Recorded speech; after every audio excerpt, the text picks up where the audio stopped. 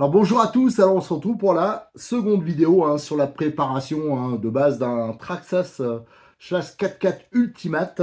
Donc c'est celui que j'ai expliqué, regardez les vidéos dans l'ordre, il n'y en aura que deux. Donc là ce sera juste après, samedi, il y a l'essai parce qu'on a notre journée RC Mag au domaine Bois de Rose, donc le 16 plutôt septembre. Et donc j'expliquais que c'est une voiture que j'avais mis de côté depuis un moment.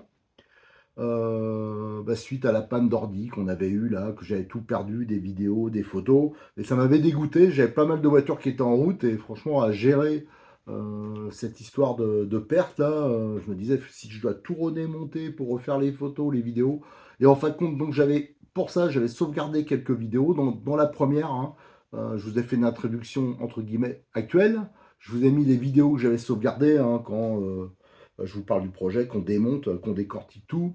Et, euh, et là, on se relance. Là, on part sur de l'actuel. Je ne sais pas si vous saisissez. Voilà. Enfin, c'est pas grave. Et donc, on va faire l'installation du contrôleur et du moteur. Pourquoi? Parce que ça aussi, je l'ai expliqué avant, quand j'avais fait les essais, franchement, la partie moteur, c'est pas ce que j'avais préféré. C'était le moteur, il est sous-dimensionné, il en prenait plein la tête et ça surchauffait. Et pareil pour le contrôleur. Pourtant, ils le vendent d'une blinde. Donc, ce contrôleur qui est assez massif, qui a même pas de ventilateur, qui a des fixations donc particulières. Et moi, j'ai des problèmes de chauffe. Alors, il se mettait en sécurité. Et pourtant, on ne le sollicitait pas de malade. C'était léger. Alors, je vais mettre un contrôleur. Donc là, il va falloir bidouiller des fixations. Donc, un type Hobby-Wing SCT 140. Bon, là, c'est un Apsima, mais bon, c'est les mêmes. Et on va passer avec des prises XT90. On va moderniser ça parce qu'on l'utilise en 3S. Et comme on va l'utiliser en 3S, je vais mettre un tout petit moteur. Mais par contre, plus grand. Donc, je vais mettre un 3660 Connect. C'est celui qui est monté sur les Rogue Terra et il fait que 2200 kV. Alors, il y en a qui vont dire, ah, c'est pas. Mais bon, moi je m'en fous. En 3S, vous prenez un Rogue qui a à peu près le même poids, je pense. En 3S, c'est un avion. Donc là, je vois pas pourquoi ça marcherait pas. Et l'avantage, c'est que si on l'utilise en 2S, ça fera une voiture cool pour faire éventuellement de l'écolage. Et surtout, on va pas trop consommer. Et comme c'est un moteur qui est plus long que le moteur d'origine, normalement, il devrait moins chauffer. Et en plus, c'est un axe de 5 mm.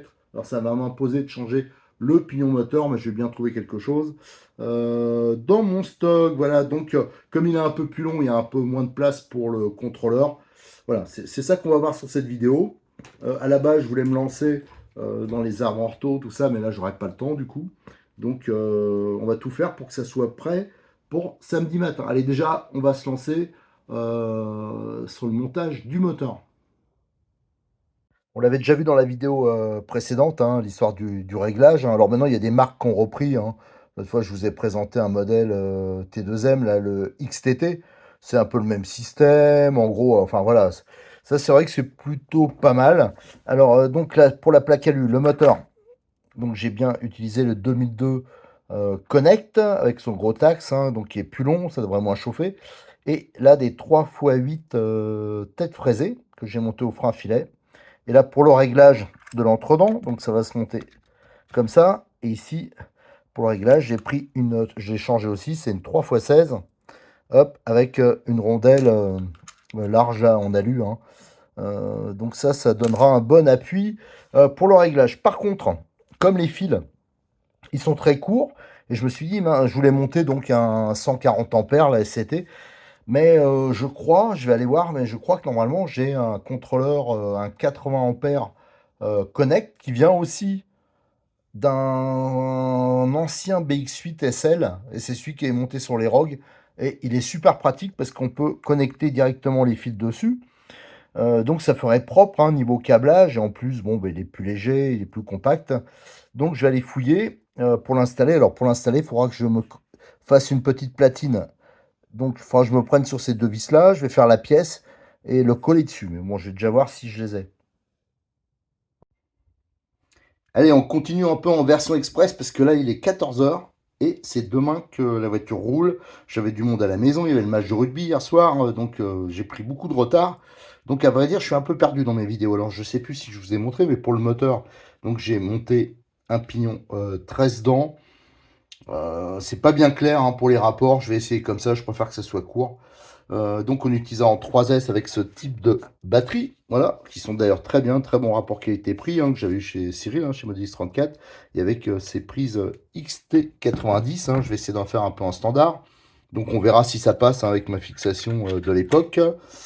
Et donc là, mon idée, c'est de fixer, parce que là, pour fixer mon contrôleur, c'était pas pratique. Donc je vais faire une petite platine qui va venir dessus et je vais le fixer ici, hein, à ces endroits-là. C'est là que vient se fixer la bavette, hein, enfin la petite protection latérale.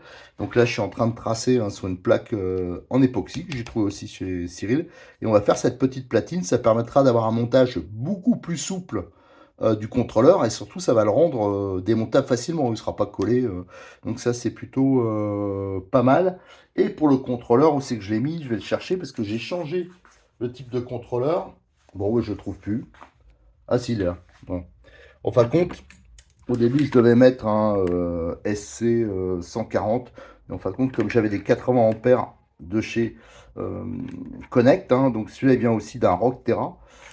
Ça va être vachement pratique parce que comme les prises ici, elles sont ultra courtes, ça va permettre de faire un montage propre, quoi, sans fil qui se trimballe. Et bien sûr, là, je viens de souder, faut encore que je remplisse ça. À l'instant, je viens de finir, c'est la prise XT90, c'était une DIN à la place. Allez, je vais continuer à faire ce montage. Alors bien sûr, quand j'aurai fini la platine, je vais tout ça faire en photo. Hein. Éventuellement, je mettrai les dimensions si quelqu'un est intéressé. Et on le collera au double face et ça sera sécurisé par un collier. Et encore, je vais regarder, je ne sais pas si je vais pas coller double face plus faire la fixation. On verra par vis, là, on verra selon la place. J'ai un peu avancé. Alors regardez, j'ai fait ma petite platine. Alors ça, c'est les trous pour faire la fixation sous les contrôleurs. Les contrôleurs d'Obi-Wing, c'est souvent ça. Donc, ça va venir se fixer comme ça par les deux vis là qui tiennent là. On va mettre donc ces vis tête cylindrique. Et là, ça fera un montage qui est bien souple et éloigné du châssis. Donc on peut passer éventuellement des câbles en dessous, mais surtout c'est beaucoup plus souple. Moi je trouve que c'est quand même beaucoup plus propre que le... Enfin, fiable dans le temps, notamment pour les ventilateurs. Hein. Là, ils sont beaucoup moins soumis à vibration. Et en plus, avec le contrôleur que j'ai choisi, donc il va venir, vous avez des trous de fixation, éventuellement en dessous, on peut mettre aussi du double face épais. Ça va venir se mettre là. Les fils, ils seront branchés direct, donc ça évitera qu'il y ait des câbles qui se trimballent partout. J'ai changé la prise, hein, j'ai mis une prise donc XT90, donc là aussi ça sera très bien. Et là j'ai laissé, voilà, la plaque, voilà, j'ai laissé un peu de marge pour éventuellement mettre l'interrupteur par exemple, qu'on pourra mettre ici un peu à l'abri, à moins que je le mette sur une petite platine à part ici, on verra. Voilà, donc tout ça, bien sûr, je vais le faire en photo. Hein. Là, je vais mettre un peu le booster parce qu'il doit être 19 h. Et je suis censé tourner demain matin avec cette voiture. Je peux dire que je suis loin d'être prêt. J'ai préparé le contrôleur, donc j'ai mis du double face. Et là, j'ai préparé les petites vis, hein, donc ils vont me permettre de le fixer avec une certaine souplesse, mais surtout avec beaucoup de fiabilité sur le support. Allez, je vais monter le support tout de suite. Voilà, j'ai monté donc l'ensemble hein, sur la petite platine. Donc en dessous, on a les vis, hein, double face. Et là, j'ai monté l'interrupteur qui sera bien protégé. Et ça, bien sûr, comme ça sera un montage souple, ça devrait être tout bon pour la fiabilité. Et bien sûr, le démontage, il va être grandement facilité aussi. Hein. Autrement, on aurait été obligé de le coller au double face direct. Mais comme c'est un peu nid d'abeille en dessous, hein, ça aurait été compliqué d'avoir une bonne adhérence. Allez, on va monter l'ensemble sur le châssis. Et on se retrouve hein, parce que entre le moment où j'ai tourné mon dernier extrait de vidéo, j'étais en plein remontage. Et maintenant, il s'est passé quand même 24 heures. J'étais à l'arrache parce que il y avait donc la journée RC Mag. Et vous allez comprendre le problème qu'il y a eu ce matin. Je vais vous publier tout de suite l'extrait de vidéo que j'ai tourné. Vous allez voir qu'on s'est pris un méga orage.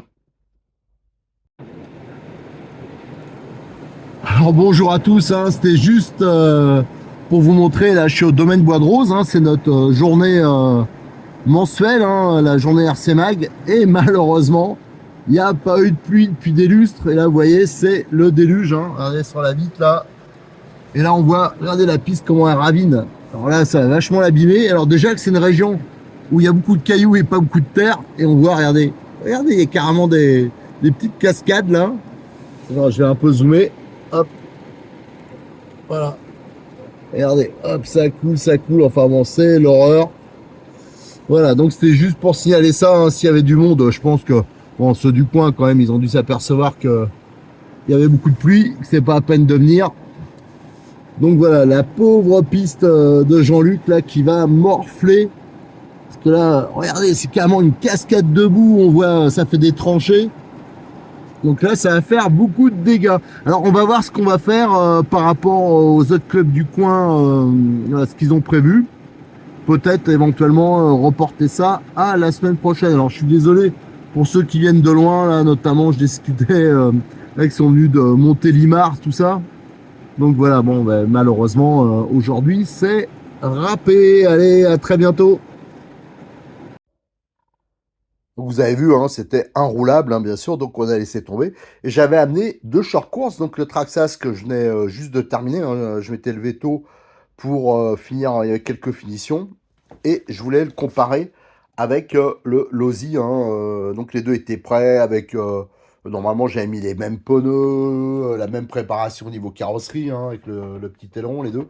Et donc, voilà, donc c'était prévu de faire ce comparatif. Bien sûr, on n'a pas pu le faire. Donc, je vais quand même vous parler, hein, parce que ça, je ne l'avais pas filmé, j'ai pas mal de photos à faire aussi. Les petites choses que j'ai fait au dernier moment. Je regardais le match de rugby à la télé, je regardais la Coupe du Monde, je bricole en même temps. Ça m'a amené jusqu'à 2 h du matin, parce jusqu'au dernier moment, j'ai eu des petites galères avec la voiture. Alors, juste pour faire... je ferai vraiment une vidéo, on fera le comparatif sur le circuit avec des 4x4 short course, notamment le Losi et le Traxxas. Mais déjà, un premier renseignement, c'est au niveau du poids. Alors, le Traxxas, lui, il est en 3S, mais avec une batterie light, hein, je vous montrerai après. Le Losi, il est en 2S, l'équipement électronique, c'est assez similaire. Mais je m'attendais que le Traxxas soit éventuellement un peu plus lourd. Et en fin de compte, lui, il fait 2,760 kg. Voilà. Tandis que le Losi, il est quand même plus lourd, hein, quasiment 10% de plus. Il est à 3,50 kg. Alors ça m'a un peu étonné, mais c'est vrai que lui, il est quand même équipé, voilà, les grosses différences, équipé d'un châssis déjà aluminium. Les triangles sont peut-être un peu plus balèzes, il y a toutes les cales alu, voilà. Donc c'est peut-être ça qui a fait la différence de poids, mais les cardans en acier, mais ils sont tout fins, quoi. Franchement, j'ai été étonné par la différence de poids. Bien qu'il y a sur le traçage, j'ai enlevé quelques éléments qui me semblaient bidons. Et je vais vous montrer ça tout de suite. Allez, je vais retirer la carrosserie. Tiens, à propos de la carrosserie. Donc, je sais pas si... voilà, je suis un peu perdu dans les extraits parce que quand on finit une voiture à l'arrache comme ça, après, j'étais complètement paumé. Bon, donc on avait fait les ouvertures, mais pas trop. Et le petit aileron, là, voilà. Au niveau de la fixation de la carrosserie, hein, surtout si je compare au Traxxas, au Losi plutôt, le Losi, quand on pose, les supports, ils sont suffisamment rigides au niveau des fixations, ça tombe pile poil. Le Traxxas, franchement, c'est voilà, pour tomber en face des trous, c'est pas évident. Tout ça parce que les supports là, ils sont un peu trop souples. Et moi, j'avais été obligé de la remonter la carrosserie, mais j'avais mis des cales à l'époque quand je l'ai eu parce que c'était trop bas et ça touchait partout. Mais c'est vrai que voilà, ça c'est beaucoup trop souple. Alors c'est sûr que ça va peut-être pas casser. Mais le Losi, ça pète pas et c'est quand même un poil plus rigide, quoi. Donc ça, franchement, j'aime pas. À chaque fois, on cherche pour fixer la carrosserie. Allez, maintenant, je vais vous la montrer de plus près. Alors, hier, on en était à la fixation du contrôleur, hein, donc avec les deux vis, là, la petite platine en époxy. Donc, ça permet vraiment d'avoir un montage souple. Elle est fixée aussi par deux vis plus le double face. Donc là, je peux dire, je peux la choper par là. Ça viendra pas. Ouais, voilà, ça, c'est fiable. Les câbles, c'est tout court, hein, ça évite d'avoir des trucs qui se traballent partout. L'interrupteur, il est fixé là. La boîte, alors j'ai fait en sorte qu'il y ait un minimum de câbles qui se travaillent partout. J'ai juste mis un petit trou ici pour mettre un petit collier. Et le reste, j'ai réutilisé la boîte d'origine. Sauf que non, j'ai mis de la mousse. que j'ai récupéré là du vélo que je vous ai présenté il y a quelques jours là. Donc ça, c'est nickel, c'est bien calé. Lui aussi, il sera bien amorti. Alors leur système ici, c'est bridé, hein, c'est un bloc de mousse. Et là, il y a cette petite platine qui vient se mettre. Et ça permet de rendre ça quasiment étanche. Parce qu'ici, il y a un joint torique aussi. Donc ça, la boîte, elle est plutôt pas mal là. Qu'est-ce que j'ai fait d'autre? Donc, il y avait la fixation de la batterie, hein. Donc, j'avais mis ça, ça c'était déjà présent avec prise XT90, donc on est en 3S. Sauf que ces batteries, d'ailleurs, qui sont très bien, hein, les batteries, j'avais pris ça chez Cyril, les 3S Bash là, de chez Connect, c'est tellement bas, donc ça c'est très bien pour la tenue de route, pour le poids, que les trous, il va falloir que j'en reperce ici hein, pour ma fixation qui est réglable en hauteur. Voilà, hop. Donc ça, c'est vraiment pratique selon les batteries qu'on met. Voilà, ça c'est nickel. À savoir que j'ai viré les barres anti-roulis. Pourquoi? Parce que les barres anti-roulis, quand j'ai dû bosser sur la direction, là, la direction m'a vraiment pris la tête hein, pour avoir quelque chose de correct. Mais je vous dis, c'est impossible d'avoir une direction parfaite hein, avec la façon qu'elle est conçue, avec la commande qui est un peu de travers, tout. Donc j'ai démonté plusieurs fois. Et à chaque fois, comme il faut démonter ces vis-là, il faut démonter celle-ci, les vis de barre anti-roulis, elles me gênaient. Alors j'ai dit quand même la barre anti-roulis, dès le début, quand je vous avais présenté cette voiture, je trouvais que les ancrages, en fin de compte, ils sont à l'intérieur. Là.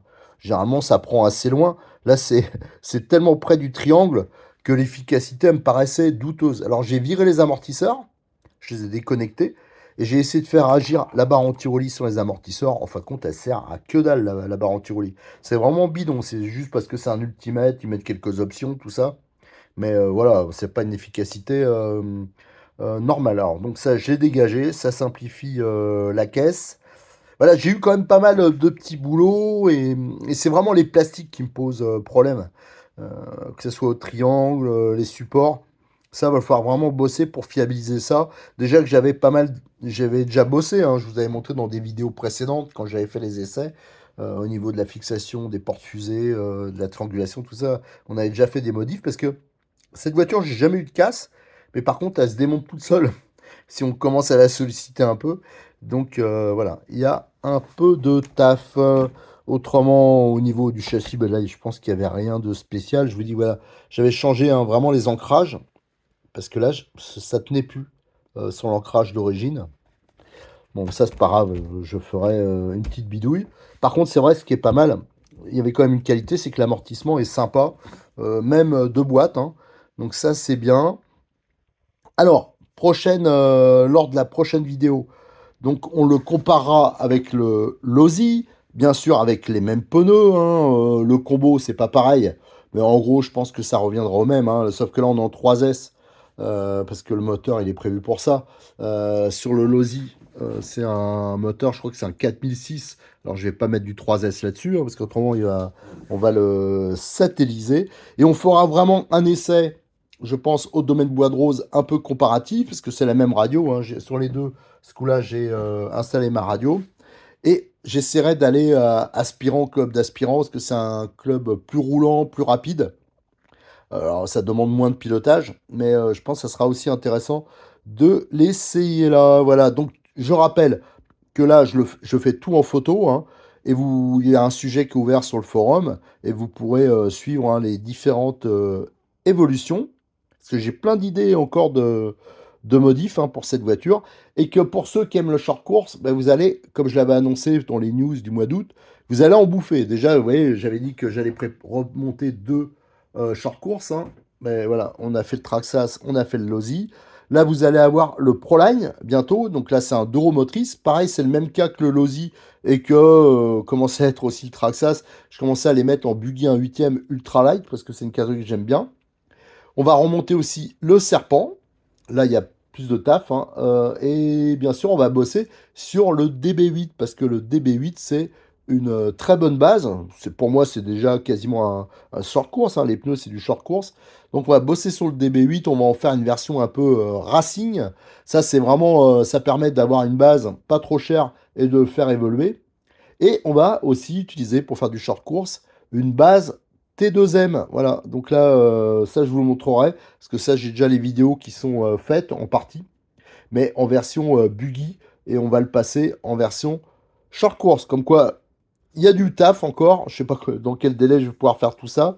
Mais voilà. Alors, n'oubliez pas, bien sûr, comme d'habitude, de liker les vidéos, de les partager et de vous abonner aussi. Allez, merci, à bientôt.